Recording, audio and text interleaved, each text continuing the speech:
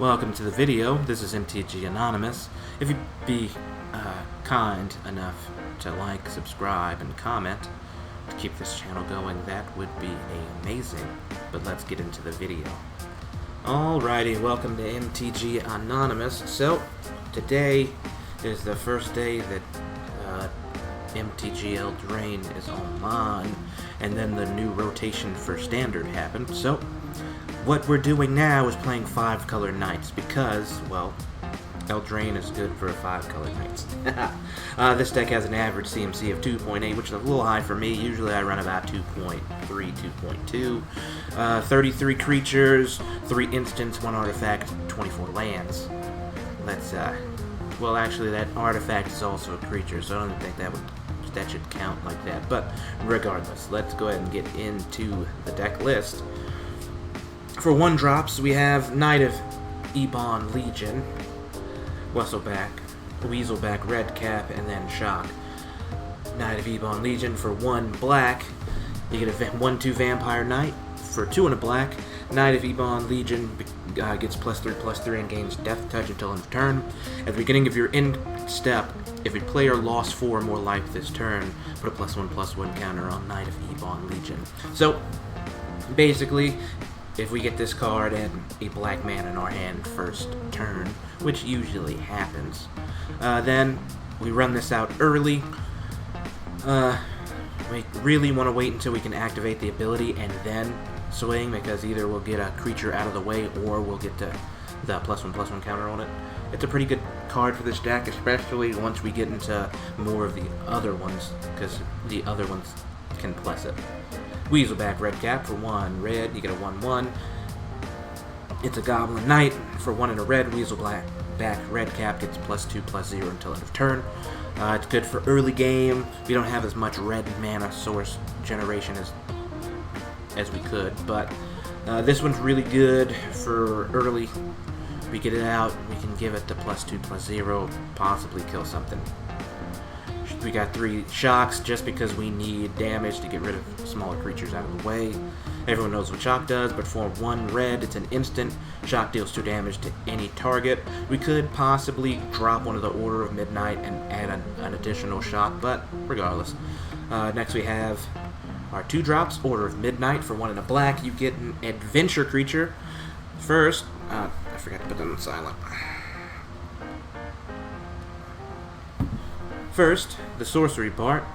Alter Fate. For 1 and a black, return target creature card from your graveyard to your hand. Extremely important for this creature-centric deck. And then Order of Midnight for 1 black. Flying Order of Midnight can't block. It's a 2/2 human knight. Again, we can't wait until we get some things that pump this up, make it even stronger. Paradise Druid. Since it's a 5-color deck, we need ways to make any color of mana, and so we're going to do that with Paradise Druid. For 1 and a green, you get a 2/1 Elf Druid. Paradise Druid has hexproof as long as it's untapped. Tap, add 1 mana of any color. It's extremely important for this deck to have at least one of these turn 1, because then we'll be able to play all of our smaller creatures, and then we'll need multiple for stuff like that. But every game I've played with it so far,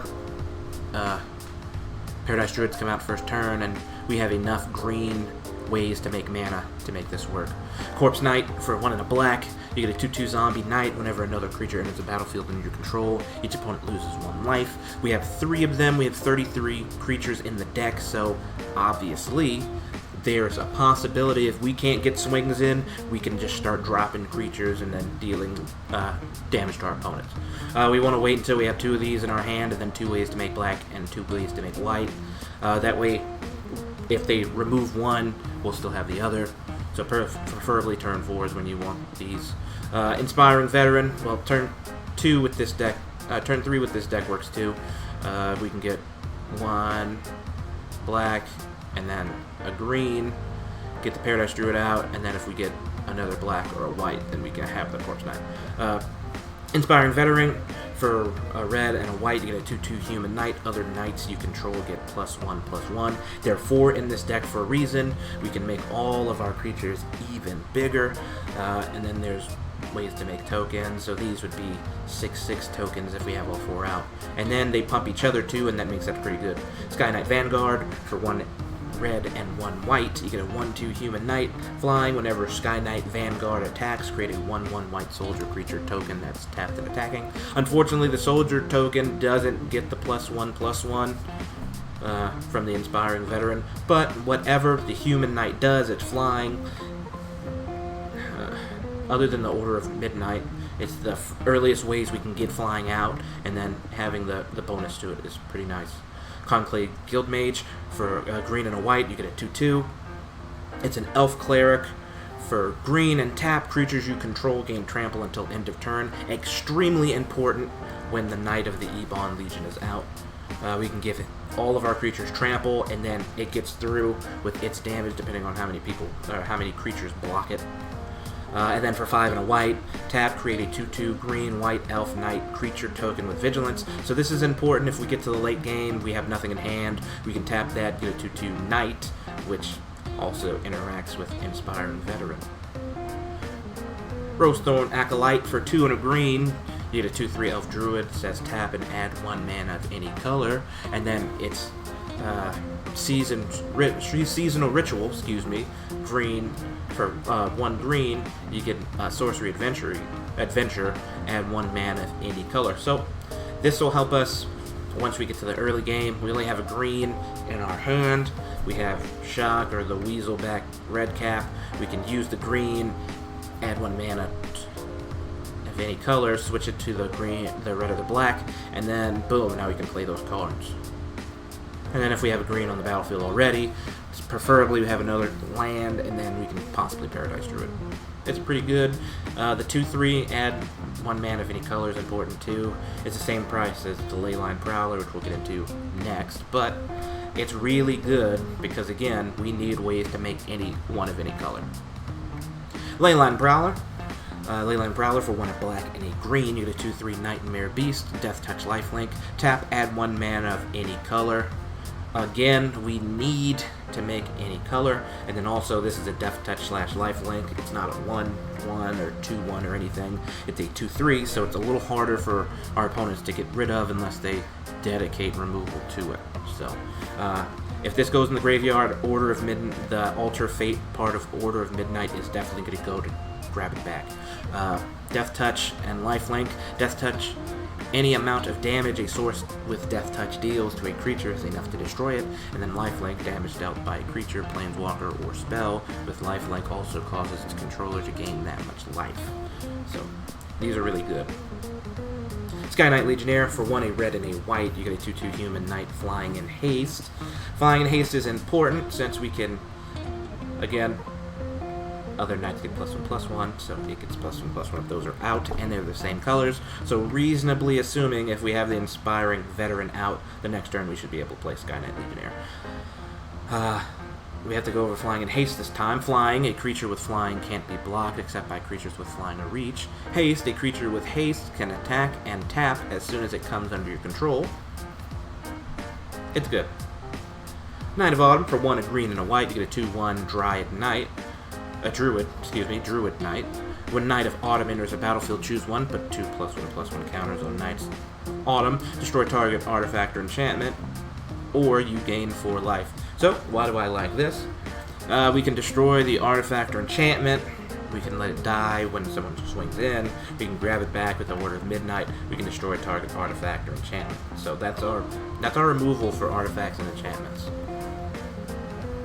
Next, we have True Fire Captain for 2 red and 2 white, human knight, 4/3 with Mentor. Whenever True Fire Captain is dealt damage, it deals that much damage to target player. I really like this card, especially with all of these weaker knights, seeing as they all have power and toughness, power less than the True Fire Captain. And so when it swings, I can give a +1/+1 counter to one of my other creatures that's attacking with it, and then boom, now they're bigger too. Mentor, whenever this creature attacks, put a +1/+1 counter on target attacking creature with lesser power. I just went over that, but just had to read it again. Conclave Cavalier for 2 green and 2 white. You get a 4/4 Centaur Knight. Again, knights are important. With Vigilant, when Conclave Cavalier dies, create 2 2/2 green and white Elf Knight creature tokens with Vigilance. So when it dies, you replace it with 2. The Corpse Knight is out. When it dies, you can make the 2, and then boom, they lose 2 life. And then they also get the bonuses from Inspiring Veteran.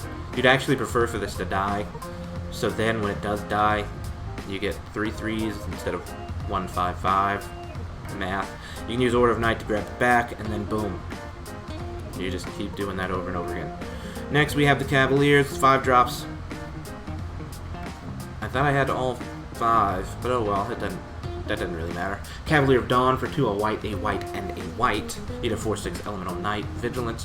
When Cavalier of Dawn enters the battlefield, destroy up to 1 target non-land permanent. Its controller creates a 3/3 colorless Golem artifact creature token. When it dies, return target artifact or enchantment from your graveyard to your hand. This deck has no other artifacts or enchantments other than Golos Tireless Pilgrim, which we'll go over that in a second, but we only want to play this when Golos goes to the graveyard. Yes, it's good removal, but more than likely our opponent's gonna remove it as soon as this drops. Cavalier of Gales for 2, a blue. Eat a 5/5 Elemental Knight. Again, Knight. This is also a Knight. Flying, when Cavalier of Gales enters the battlefield, draw 3 cards, then put 2 cards from your hand on top of your library in order, and when it dies, shuffle them to the owner's library, then scry 2. Important. The first ability is important, the second one not so much, since it doesn't go to the graveyard, instead it shuffles in our library, so it's harder to get it back. But getting to Brainstorm, there aren't many ways to I think that's one of the only ways to draw cards in this deck, other than the Cavalier of Flame, so it's really good to be able to Brainstorm. And then when it dies, you get to scry 2 after you shuffle it back in your library, so you could possibly move some stuff off the top. Cavalier of Night for 2, a black, and a black. You get a 4/5 Elemental Knight with lifelink. When Cavalier of Night enters the battlefield, you may sacrifice another creature. When you do, destroy target creature an opponent controls. When it dies, return target creature card with converted mana cost 3 or less from your graveyard to the battlefield. We have a lot of creatures that are 3 or less, so when this dies, you get to pick one of these and bring it back. Now what's great about this is Order of Midnight, go grab it again, play it again, sacrifice something. Probably, well, not that wouldn't make sense. Anything that would give us a token. None of these, actually. Huh. Yeah, not really good. It doesn't really synergize now that I think about it. Well, regardless, you get to bring stuff back. We could probably preferably bring back our Mana Dorks. Or our Sky Knight Legionnaire, since it has haste. Oh, and also, we can bring back Knight of Autumn too, so a little. Sire Kara the Bold. I like this card. For 3 red and a red, you get a 3/3 Human Knight. When Sire Kara the Bold, or an instant or sorcery spell you control deals damage to a player, exile the top card of your library. You may play that card this turn. I'm definitely gonna make a brawl deck with her, but regardless, we only have 3 instants that can deal damage, so, and they're not going to deal damage, those are for moving creatures. So we're going to tap her and then deal 1 damage to any target, which will be our opponent, and then we'll be able to look at the top card and play it this turn. We'll do this before we draw. Cavalier Flame for 2 red, a red and a red, you get a 6/5 Elemental Knight. For 1 any red, creatures you control get +1/+0 and gain haste until end of turn. When Cavalier Flame enters the battlefield, discard any number of cards and draw that many cards. When it dies, it deals X damage to each opponent and each planeswalker they control, where X is the number of lands in your graveyard. So, with Cavalier Flames, obviously, when it comes in, you'd want to discard lands and then draw the cards off of them, so that way you can deal damage once it dies. Giving creatures haste for 1 in a red is pretty good, especially for the Sky Knight Vanguard, since it has flying. This card is pretty entertaining. I like it anyway. I'd prefer to have more of them. It's not really beneficial to grab it with Order of Midnight, since there are other cards that are more important to grab. So, Golos Tireless Pilgrim for 5, colorless. You get a 3/5 legendary artifact creature Scout. When it enters the battlefield, you may search your library for a land card, put that card in the battlefield tapped, then shuffle your library, and then for 2 Wooburg, exile the top 3 cards of your library. You may play them this turn without paying their mana cost. So, what's going to happen with this is we're going to grab whatever color we don't have, because by the time this pops out, we should have at least 2 colors, or at least 3 colors, and then a Paradise Druid out. And so then that'd be 4. You grab whatever color you don't have, and put it on the battlefield. Pretty good. When it dies, we can grab it back with the Cavalier of Dawn. Once the Cavalier of Dawn dies, then we play it again, grab another land. Also, if it dies, we can use Order of Midnight to grab it. That's really important. It's really important to get this card out. So that way we can get all our colors. And then since these need 3 of a color, these need 2 of a color, it's important to either A, grab what you need for 5 lands so you can use its ability, or B, grab whatever colors you need to make 3. So, that's it for this quick deck tech. It's a little longer than I thought it would be, but it's pretty entertaining. It's gone 2-1 so far in ranked, so...